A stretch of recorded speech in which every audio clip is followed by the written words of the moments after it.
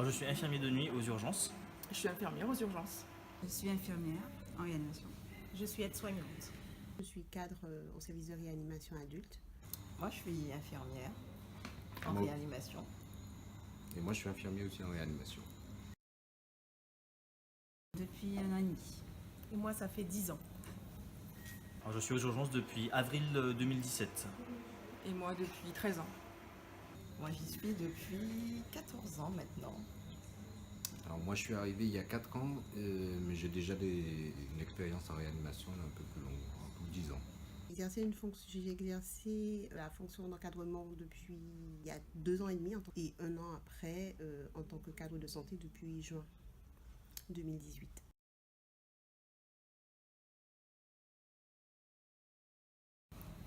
Je trouve qu'on essaie de fonctionner le plus normalement que possible, malgré l'événement tragique. On a essayé de prendre en charge les patients le plus efficacement que possible, avec les moyens dont on avait à notre disposition. Effectivement, aller aux eaux claires n'était pas évident, on n'était pas dans nos locaux, ça a été difficile, mais tous les soignants ont joué le jeu, on a été efficace, on est revenu et maintenant on travaille dans nos conditions.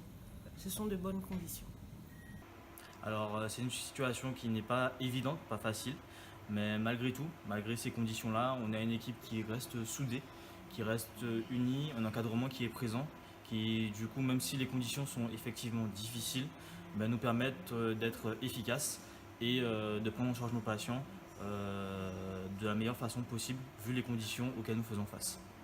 Oui, je pense qu'en 1 an, on a bien galéré, mais au bout d'1 an, je pense qu'on a retrouvé nos marques. En restant soudés, je pense qu'on s'est adapté, surtout. On a fait preuve d'adaptation. Et bon, il y a des avantages, il y a des inconvénients. C'était déjà difficile avant. Ça a été très difficile un moment après l'incendie, mais là, petit à petit, je pense qu'on retrouve un peu nos marques, même si c'est pas évident, parce qu'on fait beaucoup d'allées-venues, toujours, dans les locaux. Alors, au niveau des conditions de travail, nous avons toujours un peu les mêmes conditions. Et les équipes sont donc plus dans l'entraide et l'un fait attention à l'autre. Donc, on a su développer en fait un esprit d'équipe. Et je crois que ça a été aussi une période difficile où ils ont pu verbaliser entre eux leurs difficultés. Donc, je pense qu'effectivement, cet incendie a eu ce côté positif en leur permettant de développer leur esprit d'équipe. Pour ma part, je trouve que la situation, on a vite refait surface quand même. Bon, je suis d'accord avec ce que dit Sandra, les difficultés ont été plutôt de l'ordre de cette mobilisation qui a été imposée à cause de l'incendie, mais on a rapidement pu refaire surface, et donc il a fallu faire face, et donc les difficultés se sont vite estampées devant quand même un grand professionnalisme des gens qui travaillent ici.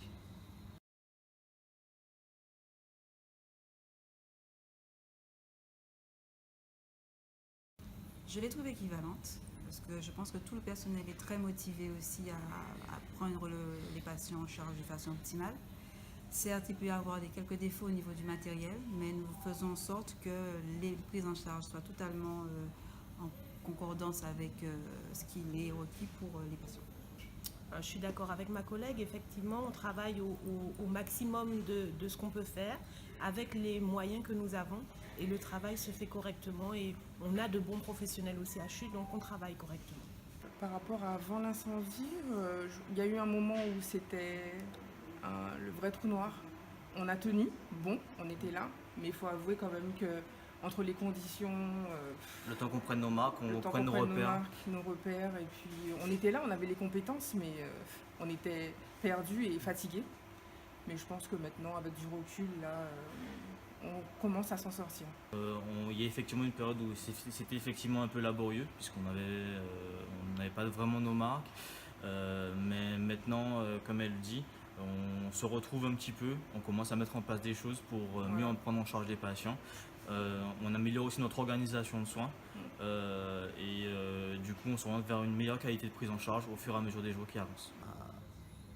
Par rapport aux soucis qu'on a eu par rapport à l'incendie, le transfert au niveau des eaux claires, que la qualité des soins, on a bien maintenu ce niveau-là. Et comme dit mon collègue, par rapport à notre professionnalisme, notre dynamisme de l'équipe de réanimation, tous les collègues, on a pu remettre à niveau cette qualité. L'incendie nous a permis de nous mettre devant nos responsabilités, d'essayer de nous prendre en charge encore mieux, encore plus, même dans des situations. C'était une situation qui était complètement méconnue. Il n'y a pas des hôpitaux qui prennent feu comme ça d'un point de vue national. Il faut voir comment ça s'est passé. On n'a aucun mort à déplorer. Il a fallu qu'on déménage. Ça a imposé encore des soucis. Mais malgré tout, on arrive à fournir une qualité de soins qui est tout à fait respectable sur le plan national, local. On fait en tout cas de notre mieux. Il faut que la population se rassure là-dessus. On est tous là au service des patients, des Guadeloupéens, et on fait notre travail dans des conditions qui ne sont pas évidentes, mais on fait toujours le maximum pour tout le monde. Voilà.